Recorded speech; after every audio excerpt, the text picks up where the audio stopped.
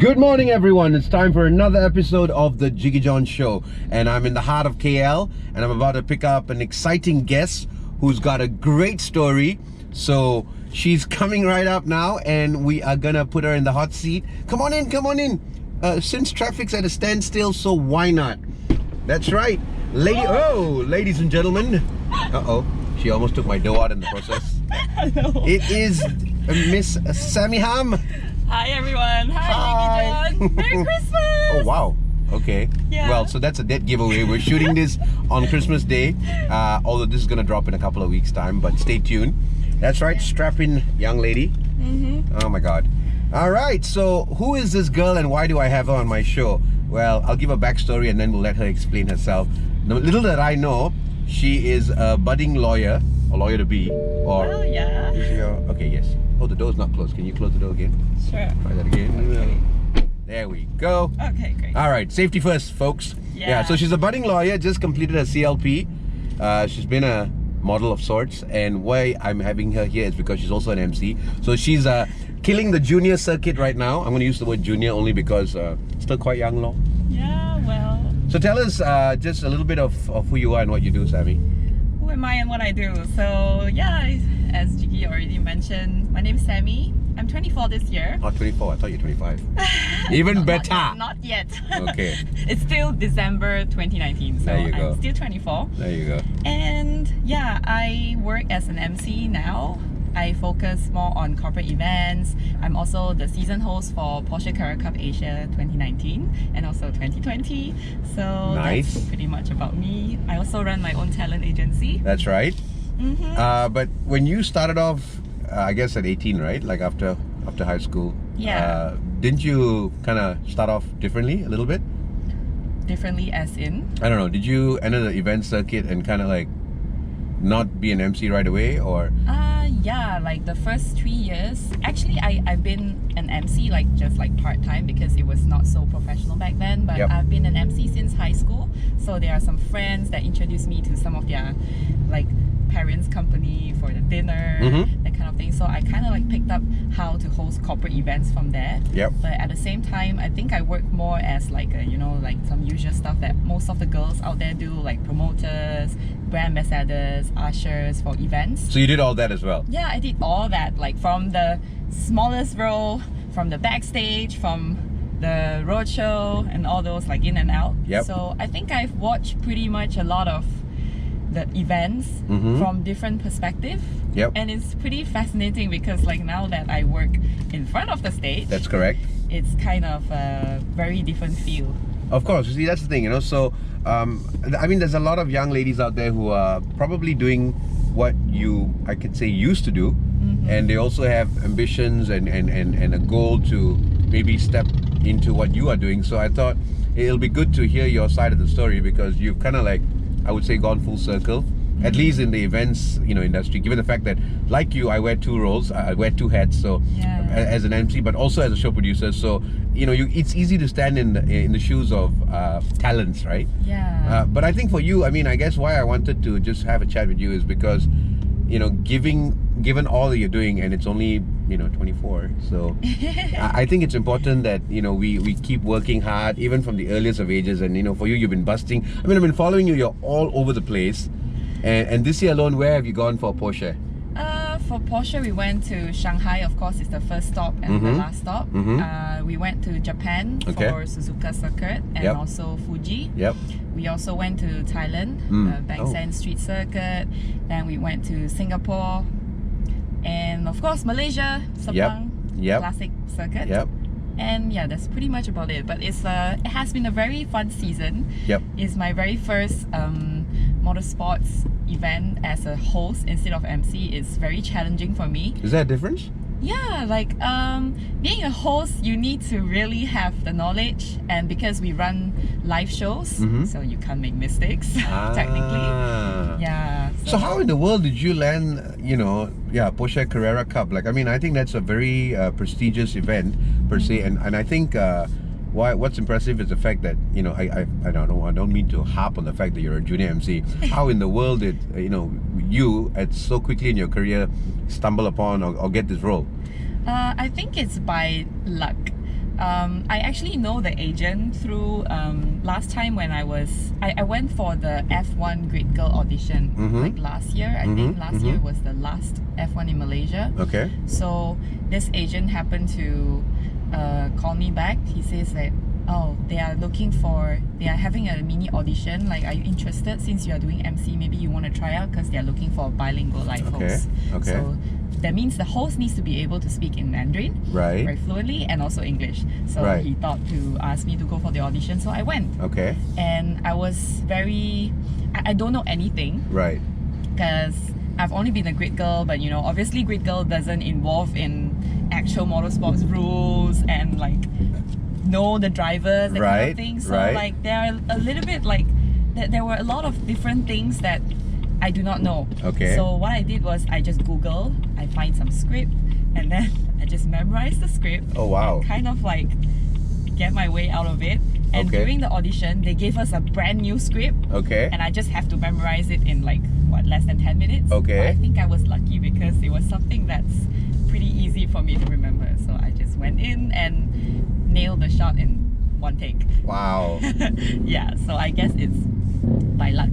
Okay, so I mean, how have you just gained this kind of confidence so quickly? Like, how have you always been this bubbly personality who sees life by the horns, or I'm sure because I've been there and I know all about butterflies in the stomach. Yeah. But how have you overcome that, or how have you worked your way around it? I think it takes a very long process to come to where I am now. Yep. I've been to a lot of different kind of sort of like trainings or mixed with different communities. Oh. I'm a GLP from Asia Works. Ah, yes, of course. Yeah, yes, I remember we had this conversation. Yeah. So I think like I think the impact wasn't so obvious. Yep. Because I did the training when I was 18. Oh wow. So it was 5 years ago. Okay. I kind of like understand that when I'm confident and when I'm sure of this is what I want, and I just do 100% and go for it, and I will get it. But I don't know, like 5 years ago, I don't feel that it's that impactful in my life. Yep. But when it really comes to like emceeing or like even go to audition for this host job, it really plays a big impact. Like when I realized that, when I'm very sure that this is what I want to do, like my goal was to go in the room and get it done in one shot. Right. In one take. Right. So I just do whatever it takes to make sure that I go in and do one take. So Interesting. I guess that's the thing. But have you always been this person? Like, did you know that you were going to end up doing this? Not really. Like everybody else has been telling me that, Sammie, I think you look good on TV. I think you can talk, that kind of thing. But I've never really like thought that I would really take up this as my profession. Interesting. I thought it's just gonna stop at high school for some point, because honestly speaking, I've never seen any of my high school MCs end up with this career as well. I thought I'm just gonna be a lawyer and like work in law firms, or maybe I would go for litigation because I was in debating. Okay. But well, somehow I kind of like I kind of like come to this point that wow, international. Yeah. So do you So think why that stop? are you gonna literally take law and pursue it full time right after this? Maybe 5 years later I would think about it. Interesting. Because So I think law career is something that you can come back. But like being an MC, like what I'm doing now, you need a lot of energy, and I just don't want the fire of passion to stop when it's still burning now. So I should do it when I'm still into it. Right. So among all the things that you've done, in the last couple of years, what is the one thing that really has stood out for you and has made you very happy, and I would say even proud of yourself? Wow, that's a big statement. I think the most recent one, like other than Porsche Carrera Cup Asia, I think the most recent one is I was asked to host a media launch in Singapore for Honor 9X. Okay. So that was for me, it's a big milestone, because I thought that I'm just gonna host international events through PCCA, but then wow, in fact there are other opportunities. See, that's what I'm saying, because I was watching it and I'm going like, I've been watching this girl and she's just like, it's just happening, it's just falling into place, and I'm like, see, for me, that speaks volumes of the fact that you're doing something right, and when you put your heart and soul into it, everything just falls into place. And you're a living testament of that. Because Yeah. for those who say otherwise, because you bust your gut, you're going gig after gig, and obviously lack of sleep sometimes, or I'm pretty sure you have those days when you're under-rested, but you still have to put on your game face, right? Yeah. Amidst all the makeup and all that, which helps. But you know what I mean? I know exactly the feeling. But so it's like, and here you are, so quickly you're being recognized for that. So I think that is very important, that you also realize that if you're not working as hard as you are and were, these gigs won't be falling into place. You know what I mean? Well, I think it's really about having faith, or maybe because I sat in different roles before. Yeah. I think if I didn't went through the first, I've been in this 6 years, including all my part times with other roles. Yep. I think without those experience, it will not be able to shape what I am now, because every step is necessary. Because I've seen different kinds of MCs doing different gigs, and Correct. I think I just learned from them. So among all the different kinds of emceeing that you do, which one do you enjoy the most? Because obviously you've done a launch, you've done all this, now hosting for a race, and then you've done maybe dinners. I even saw you doing some dinner gigs lately, and I don't know if you played games yet or whatnot. Yeah, we do. There you go. We So play games. you're doing the typical route of any professional MC who whatever gig comes your way, you become versatile. But which one do you enjoy the most? Is what I'm trying to ask. Actually, the one that I enjoy the most are the ones that they find me for sponsorship. How does that work? Like recently I sponsored BNI. Yep. Because I'm a BNI member, obviously. Oh, there we go. Promotion time. Yeah, so it was actually, I didn't really get to share this, but this is a very mind-blowing thing for me. Okay. About how the confidence levels strike.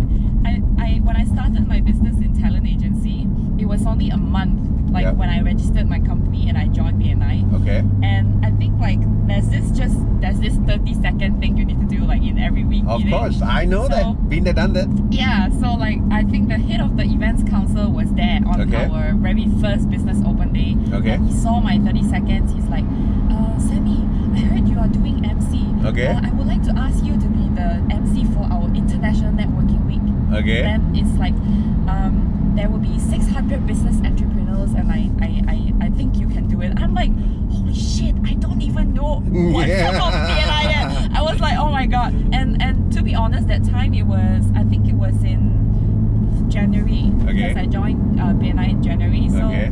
I wasn't I haven't even officially started BCCA yet. Okay. So my confidence levels is just somewhere. Getting there lah. Yeah, it's getting there, but it's not there Working yet. its way up. Yeah. So I was like, holy shit! But I took the opportunity anyway. Yeah. And they gave me a huge challenge. They want me to demonstrate a 60-second business presentation on that day itself. Oh. So it was like, oh my god! But after I done it, and a lot of people have been telling me that, wow, Sammie, you are so confident on stage. How did you do that? Right. And everybody thought that I'm a veteran in BNI. Right. I was like, no way, man. Basically, the term lawyer buruk took on a new meaning lah. Your lawyer side just went straight into action lah. Yeah, well, that's a good thing actually. It is. So I think I had a lot of fun, even though it's not a paid gig.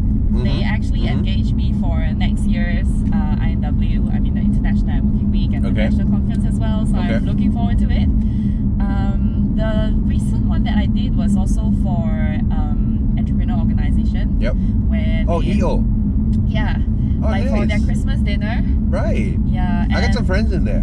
Yeah. They might have been there actually.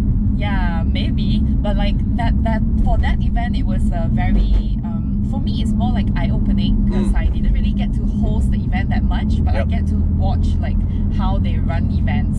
Okay. Because there was some technical issues with the PA system and that kind of thing. So I didn't really get a mic to host the event. Oh. But it's for me, it's eye-opening, because from what I've seen in BNI, Yep. both are business organizations, but they run their events very differently. Of course. So the scale is different, and the performance-wise, everything is very different. So Of course. for me, yeah, I'm also engaged with them for next year's Chinese New Year. Very nice. So what scares you at this point in time? I mean, professionally lah. I'm not asking about personal questions here, but professionally, what scares you? Like, I mean, so you've done so many gigs. You know, because I asked this question because I know where my turning point came in my career, where I'm like, hey, now just give me the mic lah. I know what I'm doing. You know, that kind of thing. So what scares you? For me, I think professionally, I think what I really scare most is not having the correct pronunciation. Right. I'm very particular with that because I'm actually from Chinese school. Like I've been in Chinese school for 12 years. Oh, even in secondary school, in secondary school. Oh, and wow. From Sejin High School. So yeah. Chinese Again, there school. she goes promoting her school now lah. This girl is nicely taking advantage lah. Asia Works lah, BNI lah, Chinese school lah. Anything else you want to promote? Just myself. You're doing a good job. So then? So yeah, that's what, like, some people, like for the Chinese community, they may think like my English is sufficient or like they think it's good. But like actually for me, like when I work with international clients or like clients that are really like English, you know, banana type of people, it really pressures me because I know they are very particular with pronunciations, especially when it comes to guest names and their brand names. So for me, it's like really what I fear most is messing up with the pronunciation. Understand. Well, you know, so I guess that's good. You always want to stay on your feet. And how do you overcome that? Like, how do you improve on that? What have you been doing to? I watch videos. Okay. Like I try to find videos. The thing is, I don't know why. Maybe it's a talent, or I don't know, it's a gift or whatever. I can copy people by watching their video. So like when I study on how they talk, how they speak certain things, and then read more, listen more, watch more movies, and so, it kind of like helps. Right. But like on the event itself, normally I would just approach whoever persons that's the best, that knows everything. Then I can just double confirm with them. So you MC in Chinese at 100%, like you're flawlessly confident. Like, I'm going to use that word, right? Like, I mean, you're very confident. So in English, what's the percentage of your confidence level? Like, if you were to do it in Chinese, I'm sure even without a script, you can run, right? Actually, with English, without a script, I also can run. I know, but I'm just trying to understand the mind of someone who went to school in a Chinese school for 12 years. So obviously, you're very confident in Chinese, correct? Yeah, but the thing is, in back in my school, I've never really hosted events in Chinese. Oh. I've always hosted events in English because to them my English is good. So, but are you comfortable hosting in Chinese as well? Yeah, of course. So do that now. Do that now? I want to hear Chinese. I'm trying to learn my. 好，大家好，今天我们来到了 Jiggee Jon 的网上节目。今天我是被 interview 的。Yeah, that's the thing. Like sometimes when people ask me to host in Chinese, and when I'm not prepared, I might sound a little bit more like banana. Interesting. Yeah, because actually, like if you calculate in my years in high school for hosting, then I would have 9 years of experience. So like for 9 years, I have been trained to host in English. So usually for Mandarin, I will try to write a script before I host the event so that, you know, I don't mix English words into Chinese script. Unless it's a very Malaysian kind of event. Like when I do my hosting in PCCA, my Mandarin has to be Chinese because my Mandarin is meant to be heard by the audience in China. Oh wow. So I can't really mix any words like Malaysian. Of course. We do it without thinking about it, you know. Yeah. Over here, we happily letop lah, whether it's Malay lah, Tamil lah, you know, Hokkien, Cantonese, the whole 9 yards lah. In one sentence, we can have all, you know. Yeah. And only us understand each other, and maybe the Singaporeans lah. Yeah. We're the only two kind of people who understand each other anywhere in the world. Yeah. So how do you condition yourself to do like proper Mandarin, if I can put it that way? I think. Do you actively think about it? Like, are you grilled and turned on that way to be like, okay, I got to speak like pure Mandarin? Yeah. Like if I need to do that, I will.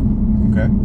But the thing is, in Malaysia, a lot of events, if there ain't any China clients in the room itself, it's gonna be very awkward if you speak full-fledged like Chinese. Fair enough. No, but I'm talking about the PCCA circuit. When you're for PCCA, I just write the script, I practice them. So I get used to the whatever accent that you are supposed to have. But you go into a state of mind, right? You know that, okay, I'm in China now, I'm doing it for the Chinese market, so I have to be like very pure Mandarin mode. Yeah. Don't you like, it's a mental thing, right? Yeah, it's a mental thing, and I think speaking slower helps. Like I work with he's the commentator of the season. But I think I saw some of that, yeah, your videos. Yeah, but because we record for the 24-minute show as well, so he's like my producer, that kind of thing. Oh wow. So he give me a lot of advice on like how do I perform. So he's the person that really gives me a lot of guidance. So he tells me that, Sammie, when you speak slower, your sentence tend to make more sense. Right. And less mistakes, because sometimes it's just very normal to me to speak very fast. The thing is, the videos that I've seen you post, or maybe, no, you know what, those are your Insta stories, so that one you are rattling like a high-speed bullet train. yeah. I don't think that's you probably slow it down for the bits that you're recording, as you just said. Okay. Even for the live show, I also try to speak as slow as I can, but because we have a certain timeline that we need to fit in, so it's hard to stay slow as well. No, of course. The thing is, I realize you are wired that way the same way. When I talk, it's like, but it's because I think it's the energy that we bring to the stage, and that's what it is, which I think is important, by the way. Yeah. So you're doing it right, at least the way I look at it. Thank you. But who am I to say it, right? I mean, oh, come on, you're my Sifu. yeah, I'm sure. So, okay, so what else, Lexi? We've talked about the fact that you've just finished your CLP, right? I passed my CLP. Oh, passed your CLP. Sorry. It's important, the word. Okay, which means now you're a legit lawyer. Is that how it works? No. I will need to find a law firm and complete my chambering for 9 months. So putting out there, any lawyers, you need a chambering student. There you go. On my left, Sammie. The thing is, I still have one more contract with DCCA, so I really have to check with the bar council and see how it goes, because I really don't think like there's any other lawyers that are doing what I'm doing right now. So I also don't know how it's gonna be like. Well, don't forget Terrence was a lawyer. He's a law graduate. Law graduate, sorry. Yeah. Okay, close lah. So I mean, it's kind of a different thing. Like, really? Law graduate is a person who has a law degree. Okay. CLP is like. CLP is basically CLP candidates are people who has the heart to practice as a lawyer. But for me, I do have the heart, but not now. Interesting. Yeah. So interesting. And the thing is, actually, I didn't want to complete CLP this quick. Okay. But there were some changes in the law that you need to complete the exam after registration within 4 years. Oh, okay. So this happened to be my 3rd year with CLP. Yep. I didn't pass my first year. During my first year, I didn't pass because I legit underestimated the difficulty of the exam. Okay. So I didn't complete my papers. Like after I sat for 2 papers, I know that I am not prepared for the exam. Yep. And I just drop out, and I just went for the auditions or like to continue to work with my girls' jobs, modeling, and all this. Yep. And I skipped a year, which was last year. I was supposed to reseat, but I feel like I should focus on my career, like continue to do MC, this and that. So like, yeah. Now, there was something that we didn't talk about, but I saw you recently post about it. So cosplay, you used to do cosplay. Yeah. So again, there goes another strange feather in your cap, lah. You're one cuckoo bird, lah. You've done all sorts of crazy things, and now you're focusing on the things that I think I guess just economically more viable to you. So it makes sense that you don't have time for some of your passions. Let's put it out there. Yeah. But you've done cosplay, and how long did you kind of like get immersed in that world? Actually, cosplay is something that I've always wanted to be in. I'm a huge anime fan. Of course. So since young, it's been a huge part of my life, but it's just that I didn't have the money to do it. Yep. Then I've waited for many years. I think I really started it in 2017. Okay. Because that time I think I worked with Clips, one of the biggest shows. Of course. Then got some money. Then I decided to invest some of them into this hobby, so that I can just tell someone that this was my dream, and I nailed it. Yeah, because I remember you've told me how much you spent on just making your costumes and in a lot of DIY element and sourcing. Yeah, it's an expensive hobby. Crazy, man. I know. Yeah, and I think it's for me it's it allows me to play different kind of roles. Yep. Not just like, because MC, of course, MC allows me to play different roles as well, but I think cosplaying is really about realizing the character that you really admire of, like from some of the work, and knowing that you can bring them into real life. I think that is a very big thing for me. Do you think your cosplay days are over though, given how busy you are with everything else? I still have costumes that are not being worn yet. Oh wow. Yeah, I missed this year's Comic Fiesta because I was pretty caught up with some other gigs. Yep. So, but I don't think I will put cosplay aside because I think I still haven't had enough fun. Is there an age limit for cosplay? No, sorry, I'm just asking because I don't know. Of course, no. Okay. So, I like mean, when you go... as long as you can fake your...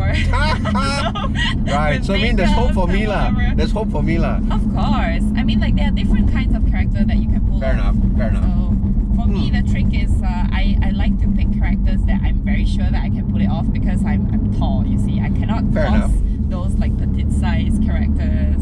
So on that note, what is your height again? 172. Okay, yeah, well, you know, in the local circuit, that's tall, sure. Yeah. 172. No. Can lah. not until when you enter the modeling industry, then you think you're actually pretty short. So what else have you? I mean, have you set any goals now? Now that you're doing so many things and you've seen life a little bit more, you've been traveling, you're making decent money. Have you set actually any goals, or are you just kind of like going with the flow? I think I have one clear goal, which is I want to get my first house in 2 years. Oh, nice! Yeah. Look at that! Wow! Yes, I really want to move out with my mom, so it's time to live in a new environment. So I give myself 2 years. Hey, make sure we touch base again in 2 years, man. I want to know that you've done it in one. Yeah, wow! Done it in one, okay. Can lah. I will do my best. No, but I think, see, that's the thing, that's important because these are important goals to set. Other people would set other goals. I mean, I don't want to put it out there. I mean, I'm not saying what you can't and can set as a goal, but I mean, I think being a property owner and, those are clear set goals that you've set. Anything else though? I do have one more dream that I've yet achieved. I might try to be a news anchor locally because being a news anchor has also been one of my dreams. Like, that actually why I chose law degree. It wasn't because I wanted to be a lawyer. Okay. It was because when in high school, when we have to choose our degree, because I was with my English debating coach, so she was a law degree. She's a very inspiring law student back then. Okay. She's very good in debating. She's like the best speaker in Malaysia. She constantly wins in national debates. Oh wow. So she's a very inspiring figure to me back then. So when she asked me about my degree, I told her that I wanted to be a news anchor, so maybe I would go for mass communication or like maybe journalism. And she's like, no, Sammie, you are good in debate. Okay, I'm not trying to boast about myself, but that was her actual word. She says like, you can debate. You are someone that's outspoken, and you should take up a degree that actually helps you to widen your perspective or something, so you stand out from other candidates. So, you are able to see something from a legal perspective, and it gives you better critical thinking mindset. So that's how I got into law degree. But like news anchor is really something that I want to try. First before lawyer, because if I become a lawyer, I can't be a public figure. So which channel though, like which station are you, do you think that you're more suitable for that? Let's put it that way.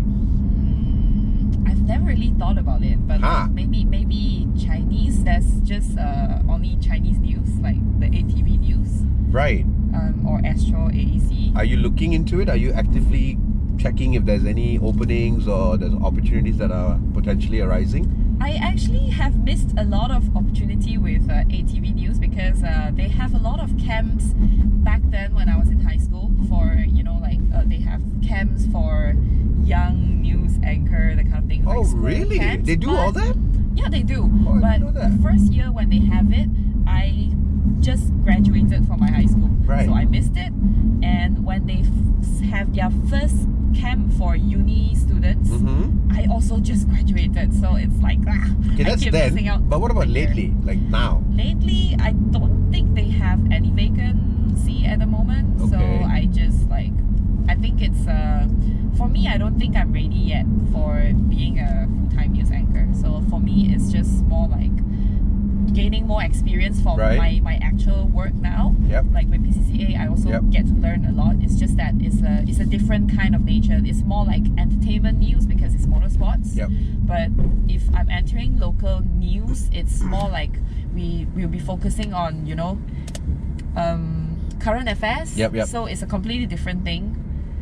And I think I still need more time in order to be there. How many professional MC gigs have you done? When I use the word professional, I mean paid gigs, which means you can't really count the ones that you've done freebies or for friends or whatever. So ever since you've started doing this, have you kept track of the number of gigs you've done? Wow, that's quite a lot, I would say, for paid gigs. Yeah, so like professional, meaning people assume or consider you a pro MC and they paid you to MC. So that is a definition of, you know, can you roughly recall, you think? I would say I am professionally within these 2 years. So 2 years, I think maybe close to 100. See, that's really good. Yeah. For me, that's the makings of someone who's out there killing it or slaying it, as y'all would put it. So I think most of the time I didn't really push myself as like, oh, I need to slay this. No, I think it's more like having fun and making sure that people are connected. Right. Sometimes I can't really define like how good I am, but I think for me, like when I'm on stage, I really watch like everyone's reaction. I make sure they understand what I say. Of course. I make sure they get the message. Yep. Like if it's a cancer workshop, then we are gonna talk about, you know, love and like really take care of your health, that kind of thing. So I think my style is more like focusing on connecting with people. So sometimes maybe the language is not like perfect. I used to be like so focused on just perfecting the language and so on, but I think it makes me become very rigid and it makes me less confident because I just keep on thinking about getting this right and getting this perfect. But in fact, I think the nature of being an MC is really connecting people. Totally. So what's in the pipeline, like besides your one goal was being a news anchor, and you know your personal goal was buying a property, but like right now, like have you actually actively like, okay, I want to do this in 2020 or I want to do this right away? Have you actually like just set something a lot more attainable and a lot sooner? Do you have any short-term like quicker goals or things you're kind of like looking towards just making it happen and you know that you can? Short-term, never really thought about it because I think I'm the type that goes along the flow. You go with the flow. I don't really set like short-term goals. I just set a big one. And I will somehow find my way there. Understand. Because I think like setting short goals is maybe effective for some people.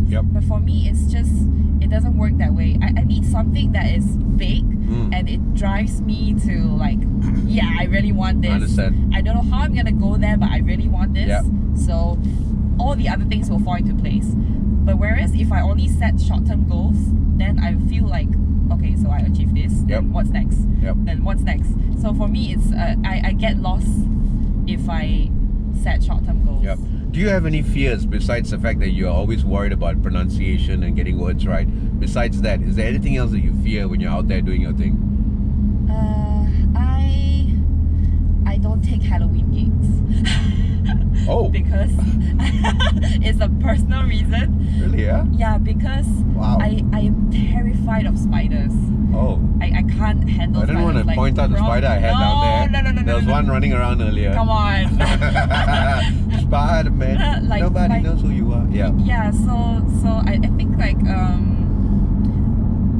really honestly saying, I don't think I have any fear at the moment. Like when it comes to hosting events, I know the big goal is I want people to be happy, and I want to make sure that I'm making use of my strength, which is connecting people and talking. And I know I'm quite influential.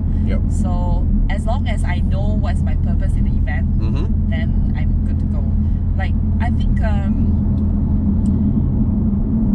the most important part for me is to have confident that I can do it, because from time to time, sometimes when especially we have more than 1,000 packs of event, that kind of event, sometimes for one split second it haunts me, because I'll feel like, damn, am I able to do this because I'm young, maybe people won't listen to me, that kind of thing, what will happen? But like when I just switch it, like, no, this is, I don't care how old I am, I don't care what kind of experience I am, my goal is to make sure the event is a success, then it will change.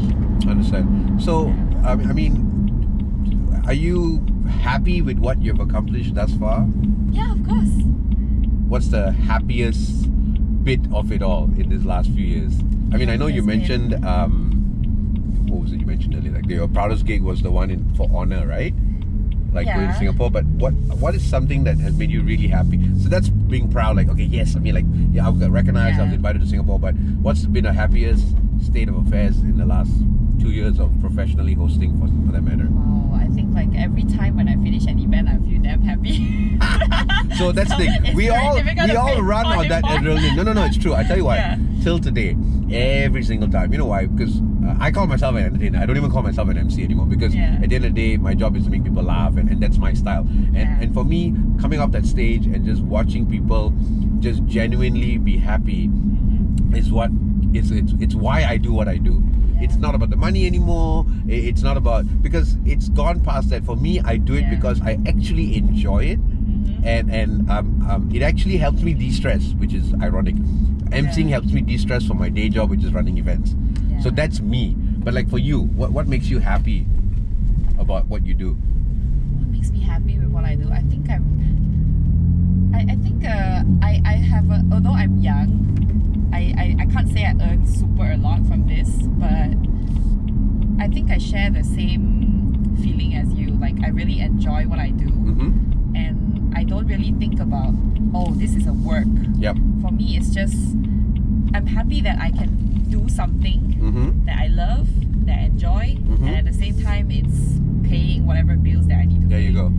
Yeah. All right, so I want to wrap it up a little bit, because I don't want to keep you up, nor do I want to keep this too long. What do you have to say to just, because the thing is, I brought you on the show, Sammie. Is like, you're 24, you've had a really quick start to your career, and take that from me, because I've observed enough people, and I think you are working very hard at your craft. You're perfecting your craft on a daily basis, and you put your heart and soul into it, from what I observe anyways. And I like that about you, because you just keep going and all of that. So what would you want to just put it out there? Because I brought you on the show is that I want you to empower other people who are claiming that being young is probably a crutch, and I think that's completely wrong. That's number one. And number two, that you work hard for every single success that you have at this point in time. So it's also to remind people that if you don't do the time, you're not gonna see or gain all the, because a lot of people in your demographics of age group, they want to jump quick in their careers, they want to advance really quickly, but they don't want to do the time. And trust me when I say that, because I have had these people walk through my doors. But you, on the other hand, I see you doing the time, and for me, that's where you've earned my respect from a long time ago. So what would you put out there on just that topic as a whole? Well, I think, to all the young people out there, if you're struggling,